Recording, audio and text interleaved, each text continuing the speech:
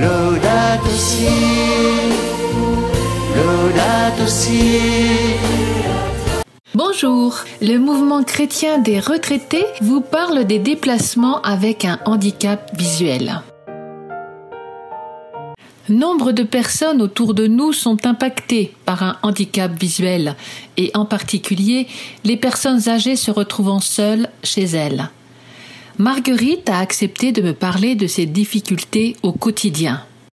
Marguerite, depuis combien de temps es-tu limitée pour te déplacer dans la vie de tous les jours ? Depuis une dizaine d'années. Je peux plus conduire. Je dois faire appel à quelqu'un toutes les fois que je dois sortir. Et quand tu fais des courses, par exemple, comment tu fais ? J'ai la chance d'avoir une municipalité qui s'occupe bien des personnes âgées. Et toutes les semaines, j'ai 2 personnes qui viennent me chercher pour aller faire mes courses et qui m'aident dans le magasin si je ne trouve pas ce que je veux. Et quand tu as des rendez-vous médicaux, comment fais-tu ? Alors, c'est la même chose, c'est les personnes de la mairie qui prennent les rendez-vous par rapport aux activités qu'elles ont. Pour moi, ça n'a pas d'importance, je suis toujours disponible. Elles m'emmènent, elles m'attendent chez le médecin ou chez le pédicure ou chez la coiffeuse. Je sais que tu prends le train, donc tes enfants sont pas sur place. Comment te débrouilles-tu ? Alors, j'ai la chance d'avoir un chauffeur de taxi formidable qui m'emmène à la gare, à la salle d'attente. Et là, j'ai le service Accès Plus de la SNCF, c'est-à-dire qu'il y a une personne qui vient me chercher à la salle d'attente, qui me monte dans le train. Et quand j'arrive à la gare à laquelle je dois descendre, il y a une autre personne qui m'attend. Oui, donc tu peux te déplacer sans souci de ce côté-là. Absolument, oui, ça. Et tu fais ça depuis longtemps ? Oui, il y a longtemps que je fais ça, oui. Il y a bien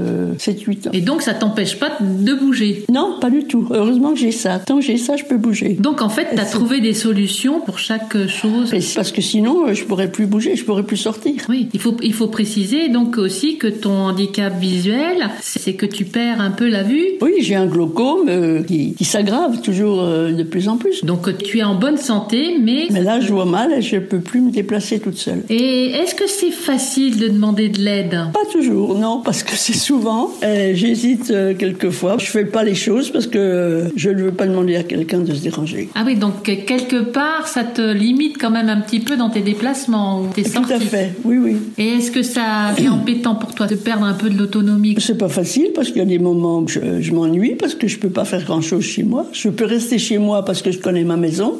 Sinon, j'ai pas beaucoup de personnes qui me proposent de m'aider, en fait. Mais t'as quand même un petit réseau. Oui, mais c'est pas facile. Il faut noter que les services auxquels Marguerite fait référence sont d'une part le CCAS, Centre communal d'action sociale de sa ville, et d'autre part le service Accès Plus de la SNCF, qui est un service gratuit pour les personnes à mobilité réduite, mais il faut effectuer une réservation au préalable lors de l'achat du billet. Depuis 2011, il existe une journée mondiale des mobilités et de l'accessibilité fixée le 30 avril. Essayons de tendre vers une société plus inclusive où chacun puisse prêter attention et sollicitude à ceux qui ont des difficultés dans leurs déplacements.